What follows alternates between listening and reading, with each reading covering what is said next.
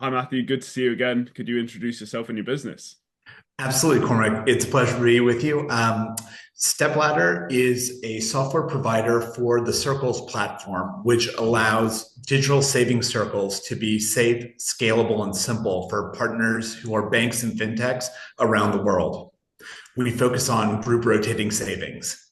Nice. Okay. Okay. And how long have you been operating? Golly, we started back about 8 years ago, focused on proving out our technology and our IP here in the UK market as a B2C proposition. It took us about 2.5 years to get regulatory oversight, create the ecosystem around the product, and do our beta testing. Mm. Then we launched, basically scaled from 2019 to about 2022 here in the UK, and then started going internationally, where we found partners in large banks, fintechs, network operators from Brazil to the Middle East to sub-Saharan Africa. Nice. Okay, great. And it's quite a large mountain to climb, the fintech space. So what got you into this? What started the idea? Oh, wow, that's a great question. I'm definitely a finance and I would say latterly fintech geek. In that sense, I was, reading the business papers since I was about 10 years old, in fact. But specifically, Stepladder has its origins in my grad school work when I was in market in Brazil and really studying their banking ecosystem and finding some very unique features about it. And one of them was the fact that they were able to do saving circles at scale when saving circles were traditionally seen as a microfinance concept, hyper local, really for the unbanked. And in Brazil, it was like a mainstream product. And so that really, really planted the seed deep. But it wasn't until, because that grad school work was about 20 years ago now, it wasn't until about 7, 8 years ago that the idea really, really blossomed that I could take my background in finance. I was a hedge fund portfolio manager for about 15 years of my career. And I had been a startup founder previously back when I was in college at Stanford in 2000, and basically combined those three factors: this unique insight about the saving circle proposition and the potential to make it a digital one globally, this finance side experience, being comfortable dealing with regulators, with credit risk modeling, really building some deep IP into the platform. And finally, actually being an entrepreneur as opposed to working for a larger institution, but at the same time, knowing what larger institutions would look for when they were partnering with a scale up business like our own. Brilliant. Okay, no, that makes sense. Yeah, I think it's a brilliant concept. I did have a look at the platform and everything before, and there's definitely use cases for myself in the personal life, but then also probably the business side of things as well. So, where do most of your clients sit at the moment? Is it B2B? Is it B2C? How does that look? Great question. So again, the arc is kind of, it's a play in three acts. We had to actually create this thing from scratch here in the UK, get the regulatory oversight, understand how to work with the credit bureaus, et cetera. That was the first act. The second act was Showtime proving that this could work as a digital proposition with consumers. And we did that here in the UK, and that's where we scaled. I mean, our numbers here, we took our CAC down from like 300 quid to 3 quid. We got to the point where our CAC payback was over 7.5 times. We were growing 40% every 90 days. I mean, we were really, really building momentum on that side. But at the end of the day, in order to be more than just a UK play, we realized that we were building something that was really differentiated in the sense that this is actually a global product. And that insight is actually, I think, where the really interesting dimension comes because we're creating a category. And in that sense, what we're really doing is taking something that's really commonly used around the world and really building it as a digital product. And in that sense, there are banks, fintechs, network operators in local markets, whether we're talking about Nigeria, South Africa, Brazil, Mexico, where there are guys who are already playing in that space, really successful fintechs who want to be able to offer this product to their customers. And we can be their accelerator. We can basically be their white label partner so that they can utilize our deep vertical experience in this product set and our insights that are really global best practice and be able to spin up in a fraction of the time and with far greater success. And our client base now is mainly emerging markets, and they are mainly fintechs with some larger banks as well, and some network operators as well, and even one or two NGOs. Okay, brilliant. Yeah, cool. So for anyone listening that doesn't know CAC, customer acquisition cost, so you managed to get your customer acquisition cost down to that £3 in the UK. And then you've also then going into other markets managed to keep a low customer acquisition cost because you've been using partnerships to continue to grow. That's exactly right. I mean, one of our more recent product launches literally scaled to 1 million users in 10 weeks. And that's working with the right partner, knowing what we bring to the table and what their core competencies are. And it's that hand in glove collaboration, which goes a lot to basically building a B2B pipeline that is all about relative strengths and weaknesses of the partnership and what it is that you're supposed to bring to the table and how do you adapt the relationship to maximize the goals of your partner, who is really the client.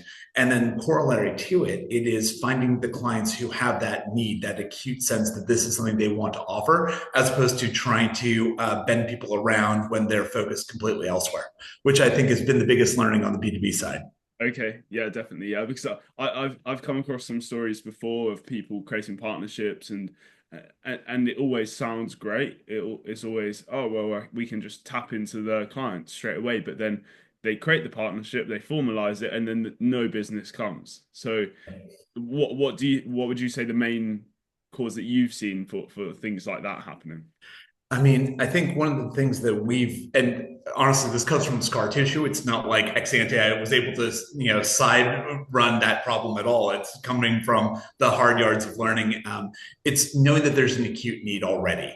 And when we can identify that, so one of the things that we've really done is put front and center in our first discovery calls, which might be only be 20 minutes, 25 minutes. It is this already on your roadmap? If it is, do you have budget for it? Do you have a team set up? Because we can look at that team's plan and basically look at how we can accelerate it, improve its success rate, blow away the expectations from a budget, from an OKRs, from a KPIs perspective. And so the key for us is because what we're offering as a partnership is usually a new business line or a new product set or a new feature for an existing player in those markets, it is knowing that they actually have this fixed as something they want to do, as opposed to educating them from scratch. Here's what a savings circle is. And so that's why you see such a strong leaning towards emerging markets for us, because it's widely used typically in the same context as microfinances. So you can do the map of where people are traditionally financially excluded, where the commercial banking system doesn't serve consumers well, and say in those markets, time after time, you're finding these group savings alternatives growing organically on their own, but they're outside the banking system. And we can create that on-ramp for our bank and fintech partners. Okay, that makes sense. So, but what would you then say for someone that maybe they're trying to create partnerships and it is the partnerships that they're trying to create aren't on any roadmaps? So they're blue ocean completely. I think it's about, I mean, honestly, it is about finding a way to where is the organization targeted. And sometimes you also have to just write off and say, maybe now isn't the right time. And so, we have a repository of about 125 companies we've talked to that we know aren't prioritizing now. But we believe that, especially because we're very much category building stage as a business, as a product set, we know that pain will grow at some point. And when they do, because we can from the top down objectively identify that this is something that will make sense for them eventually, we have to wait for that light bulb moment for the right person to respond. And so we like to call them phoenixes, but these are people who are following us, whether it's through LinkedIn or on our mailing list, who suddenly come back to life and say, actually, we're having a study group together. And we're like, let us join that study group. Let's work together with you. We can accelerate your goals. And we also love when we hear someone say, gee, we tried that and it didn't work at all. And we're like, well, let's unpack what didn't work. And that's actually worked for us in two of our largest relationships, because that acute pain is there in the organization, and tapping into it and saying, here's how we can make it work for you, because there's already been the intent. But if you can show versus the experience before what is different this time, it is a much easier yes from the organization than just starting with a blue ocean. Yeah, okay, that makes sense. So not just taking into consideration timing, like massively timing, not just forcing it if there's not the need now, just put the relationship on ice as such and just keep in touch, stay there. Absolutely. And it's the hardest thing in the world when you don't have any clients at all to be able to do that. So I'm super sympathetic to the fact that you have to start somewhere, but it is very, very much. And I would say from our own experience, I would go back to look at your highest probability converts where there's a willing listener and so rather than trying to blast widely from the beginning and then hope you land in the right places, find a couple of these kind of tentpole clients. In our case, there were institutions that had either invested in us already at an earlier stage while we were growing here in the UK, or we had a relationship in. But definitely look at those because you want to improve your probability of converting for those first test cases, but you know already that they're in the sample set of people who are going to need your solve. Yeah, yeah, definitely. Okay. And then what would you say on the growing out the business side of things now is the biggest focus for you? Is it very much doing more marketing and sales? Is it working on operations and developing the product further? I mean, it's like you absolutely are reading from my own notes because, in some ways, one of the things that's really, really important for us is to focus on staging. And I think that's one of the things that's allowed us to stay really lean as a team and really punch above our weight. Is that, and so one of the major mandates when we kicked off the year with the team was to focus, especially now because we have the highest rate of concurrent launches or implementations that we've had in the year and a half, 2 years that we've been focused on B2B right now in this quarter. It is executing well for the clients that we have. I mean, literally, we went from 2 countries to 10 countries in the second half of last year in terms of deals signed. And so to be able to execute well for those partners, for us being able to growth hack for them or with them is super, super important. And so we're all about deploying efficiently. And actually, the workshop I have just later today is Monday, the 3rd of February, to be able to focus on how we can even faster and better for our partners implement for them so that things are as transparent. Like we've just made a big push in the last 2 weeks on documentation to make it really easy for them to understand where they're going so that certain questions are answered already preemptively. And so this idea of focusing on execution deployment when you have a critical mass is muscle memory that you have to build up. It's kind of like having a leg day, you just have to alternate to it, as opposed to sales and marketing. And then sales and marketing growth is very much back on the agenda as we come out after Easter into the second quarter to make sure that that pipeline is restocked and active. And between now and then, it is nurturing some of the clients that will respond positively to the case studies of the deployments that we have underway right now. Okay. So, and when you say going back onto the sales and marketing focus, you're never completely turning off the marketing and the sales. It's just not focused, right? Exactly. I mean, I was running at the cadence of about 7 to 12 discovery calls a week in October, November.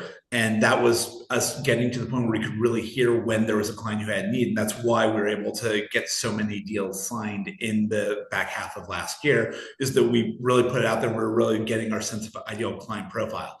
But as we look to this year, I'm slowing that down. I'm really nurturing the clients who I think are fantastic prospects who really just need that last nudge of seeing a case study, who are starting to get that FOMO, gain that budget together. And so this is the time to really cherry pick the pipeline to really focus on some real breakthrough clients so that we can get those starting to warm up. And then I think we'll go back into, and frankly, the other thing that we're noticing is much more pull-based pipeline development, i.e. people are finding us now, which is a great place to be, and thinking about how we can establish relationships with people who aren't quite ready to work with us and our enterprise level solution, but still want to get access to our expertise and we can help along. And in fact, actually, we just have a case study now with a 2-man band who's just getting rolling, but we think that they're going to be a great long-term partner for us. And so we're supporting them really from their earliest days in the garage. Nice. Yeah, very cool. Very cool. So I'm sure some people's ears pricked up when you said 7 to 12 demos or discoveries a week. Was that all from ads? Was it using outbound systems as well? How did that look? What's the nuts and bolts? Great question. So it was absolutely outbound, and it was really deliberate experimental targeting. So what we would do is we say, in this country, who are the leaders? What kind of thought pieces are out there? We love when there are, for example, awards for something, especially like fintech, emerging markets awards. We look at who the nominees are, go down that list, and say, hey, maybe this is something you want to have on your product roadmap. And so those ready-made lists are self-filtering. And so we're a relatively small marketing team. It's really my co-founder Lucy and our head of marketing. And the key thing from our side, honestly, is to look at curated lists where we know there's a positive bias and then focus on that and then line up the meetings. And in a discovery call, very quickly say, actually, not one for now. And we put them in the kind of stay warm pile and stay engaged, keep in front of them. But when the time is right, they'll really engage. And then those others, and it really is remarkable how much you can turn them. It's like, actually, we just had a project like this getting ready to come together. And it's like, well, timing's perfect then. Yeah, yeah. We love that, but you need to be able to be out there. You need to have a very clear story, and I think that's one of the other things that really is transformative is clear evidentiary points, and that can be through your outbound marketing. You can make that a point, white papers, case studies, testimonials, all those things, and especially to anchor that very clearly in results. Because a B2B client is going to be looking for you to be able to solve a pain point. And that pain point might even be, in the case of our product, creating a new revenue stream or really improving NPS. But you need to know what that pain is. And you need to show that you can actually meet that endpoint. Yeah, yeah, definitely. And I think one of your other superpowers in getting this pipeline so full has been the ability to say no. Because I could always do better. Yeah, it is one of the hardest things to do, like not taking or not clogging up the pipeline with people that aren't ready. So how do you practically go about doing that, or going through the shift of saying, actually, even if my pipeline's not that full, how are you justifying it? Is it a strict qualification? Is it a... That's a really, really good question. I'm going to give this answer as someone who's still learning. And I want to be really clear, like, I'm really pleased with our rate of learning. And I think that's what you need as a startup founder, is say, I don't know everything, but I know how I'm going to go through the process of getting to where I need to be. And I'm going to be really objective about it. In our case, what we did is we really, really constantly retooled our discovery questions. We cut back the amount of content we send people as part of both a pre-call and after the call. We've zeroed in on who some of the different stakeholders are in the ultimate decision process and moved some of those conversations out of a first call or a second call. For example, there's a big West African bank operating in about 14 countries in Africa, and they brought about 17 people onto a discovery call. And it was like, wow, there's cast thousands. And everyone had a separate question. No one's camera was on. And it was like, look, I love your questions, guys, but what we're going to do then is not take quite as many Q&As. We're going to walk you through, and we're going to show you a very, very quick demo at the end. But what we will do, and what we'd encourage, is a small working group can act at, and why don't we put some time in the diary in 2 weeks? And why don't you filter all the questions into these 2 or 3 people? And we can go through those questions with them and really figure out who that working group is. And I'm trying to emphasize those discovery calls are super, super important for being able to discard or say not right now. And I think that from our side, it's been an iterative process. It doesn't come automatically. And I think if you have a good commercial instinct, what you can really hear is, I know that I can help this person. And then that's where you kind of double down. Yeah, no, that makes sense. So, and am I right in thinking that you reduced the amount of material that you send them pre-call because you didn't want them to build up the idea in their head? You wanted it to be organic and true. Especially because the odds of sending materials beforehand proved many ways that people would ask kind of stage 2 or 3 deep questions, because they're like, naturally, well, what about this? And we didn't get a sense for how important this was for them. So they would show up. For those who did engage with the material, they would jump a couple steps ahead and ask, really, I was like, well, that's actually a really good question for a credit risk module. Let's put that meeting in the diary. After we do a technical implementation conversation and a commercial opportunity conversation, that is really kind of the 4th conversation we typically want to have, because we want to make sure we align with your credit risk. And so it doesn't belong in this call, but they couldn't help themselves because that's what they wanted to talk about, because that was fresh on their mind. And that's great because there's engagement in the material, which is better than absolutely hearing crickets. But the trade-off is it's not the right stage for that conversation, and it's not the right people in the room. And what you don't want to do is send someone who's in the room back to an internal audience where they're trying to socialize the idea and they get ripped to pieces.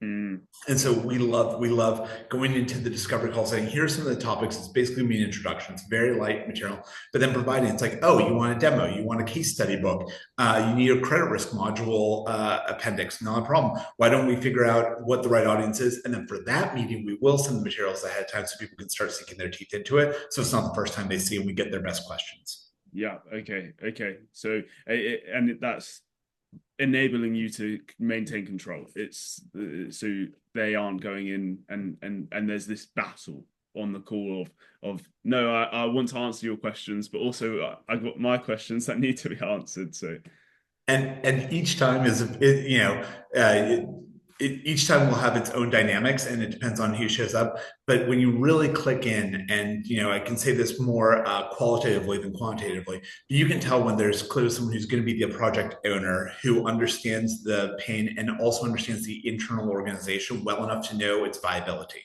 And that could be a senior decision maker who wants the project, and then you have to watch how they hand off the project internally to someone who's supposed to be the project manager. You can also tell when it's someone who is junior, who really loves the idea and wants to move it forward, but can't access the resources or is going to get declined or rebuffed by internal constituencies. And so the key thing in these conversations is that's as important as knowing that the client or the prospective partner is the right shape. It's knowing that the team available that you're engaging with is the right fit. And that's, I think those are two independent triggers and they're on their own axes.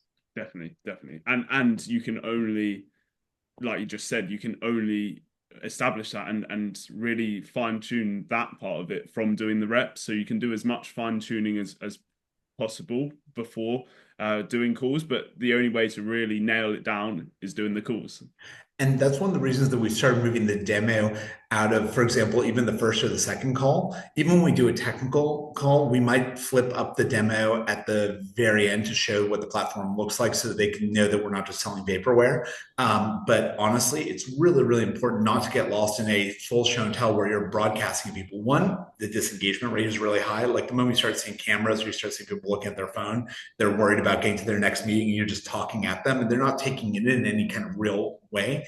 And then the other thing that happens from our side is, again, getting into the commercial side. Like if there isn't a real sense, because again, we're not a strict pain sale in the sense that, if someone needs a biometric provider or credit risk model, like you're going to comparison shop and find the right one, but we're trying to create a category, and so in that sense you have to have someone who's like really bought in. It's like, we understand how this is going to be good for our business, and that's why the better answer is we've actually been trying to do this already for our business, in which case we're the answer to their prayers. Yeah, definitely, that makes sense. And so you still do all the sales calls? You haven't outsourced the parts of the calls? Great question. I think right now we're still at the point where we really want to understand our clients' needs, and we're still calibrating what is the different way that we can work with different kind of clients. I would say that, especially with my co-founder Lucy, we do load share in terms of certainly discovery calls. We're both really tuned to what kind of conversation to have at the early stages. But I would say one of the things that's on our roadmap, and I know it's something that is worth discussing, is how do we ultimately scale? Because at the end of the day, founder-led sales is ultimately capacity constrained, right? You only have so many hours in the day. And, as much as my wife loves the fact that I'm on calls to the Philippines at 5 a.m. and calls in Chile at 9 p.m, there's a limit to how much you can do that. And, definitely want to be able to focus my attention where it can make the biggest impact. And so how do you replicate that? And so I think product-led modular development and really having sales engineers or sales product folks, along with someone who actually has the commercial relationships and can nurture the process and isn't just a salesperson, but is someone who can really engage the client, really hear what they're saying, feed that back, and work with the product person on scoping the implementation, is, I think, the way that we're going to take scaling to the next level. Definitely. Yeah, I think a lot of founders rush to get out of sales, where so they will sometimes make it their first hires is a salesperson, because it's that uncomfortability. They're not salespeople. They haven't been salespeople. But then they can't, like you've done, develop the product, and they can't keep or reiterating the marketing approach and everything like that. So I think it's really key. And you're going to get higher conversions. If the founder is doing sales, you're going to get higher conversions than anyone.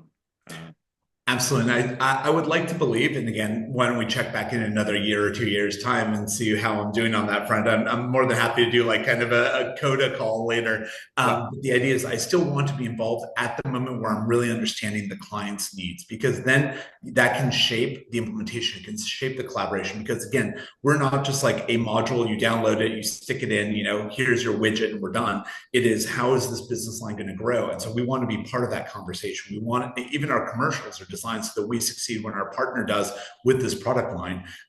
It's super, super important to actually hear that. And the only way you can really hear that is not through 2 or 3 layers, but to be part of that conversation ourselves. And I think that's going to continue to be really important in terms of how we get forward. And if that means that we do slightly fewer full implementations than we could otherwise, but we can do them better, they're going to grow far, far bigger by a factor of 10. Definitely. Yeah, no, we'll check in about a year's time and see if you still got a grasp of it, is still doing all of them. Or I think it's hard as well for people to hand it off when you enjoy doing the sales calls as well.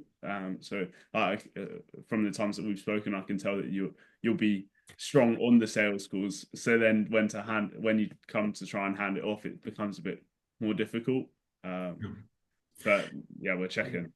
And finding those balancing points is really important. And that's where you really want to create a business development organization, right? You want to have a way of everyone understanding at what point, even with my co-founder, we know that there are certain calls that, and certain ways that we can pass a relationship along to make sure that it keeps moving forward. And there are certain parts of the conversation that absolutely make sense for one of us and not the other to necessarily happen. I think that kind of balance, and I can't emphasize enough, especially in B2B, it's patience with really tuning in. And the more you're out there engaging with who your prospective partner or client is supposed to be, the faster that iteration happens. And that's why we really pushed that cadence up so much in the second half of last year.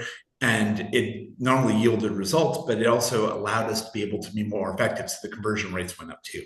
Yeah, perfect. Okay, Matthew, where would you want to be in the next year, say new clients wise? So say we talk again this time next year, Yeah. How many new clients do you want to have? Or is that even a focus for you? I know you've got the operations and everything. No, I think it's actually a fair challenge. I think what we have internally is a sense of what are the different markets that we should have as non-negotiable. And right now we are about, I'd say, 5/8 of the way to hitting all the major markets that we want to be in. We'd like to get that to 8/8, and we'd like to start doing the second or third partnership in some of those markets if we can get there. So that's absolutely front and center. I think there are 2 or 3 regions that we're not in at all that you've heard me very clearly not mention: South Asia or Far East Asia. And we'd like to be able to just do that scoping, find the first couple partnerships in those 2 regions as well. And I think the third thing is we'd love to take a couple of the partnerships we have today and really take them to their full size potential. So right now we have one supersized client, the one I was mentioning before in Brazil. But on top of that, I'd like to get the next 2 or 3. So there's a real balance to the business. And I think that is the third major goal. Perfect. No, it sounds good. Well, yeah, we'll definitely check in maybe this time next year and see how the sales is going, but then also how far along you are on those goals and what new goals you've set and everything like that. So where should people go to check you out, check out the business? Absolutely.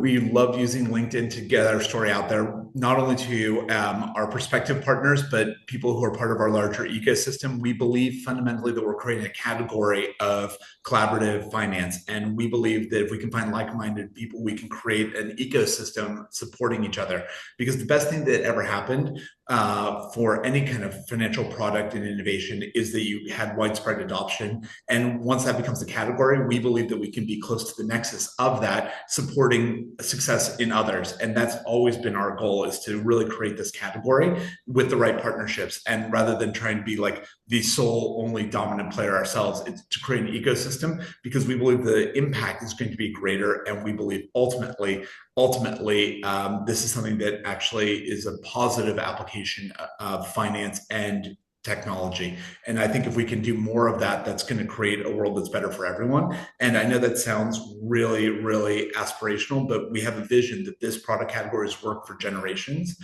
because it has such positive outcomes. It just needs to be digital, scalable, and safe. And we believe we can be at the heart of that, working with partners who know their own markets best. And so check us out on LinkedIn. Absolutely. Our software platform is called Circles, powered by Stepladder. So look us up under Circles. And then if anyone ever wants to get in touch, just come in directly to our website. We love talking to prospective partners. Perfect. That sounds good. All right. Cheers, Matthew. Thanks for that. Thank you so much, Corey. It's an absolute delight. We'll see you in 12 months. Yeah. See you in 12 months. Cheers.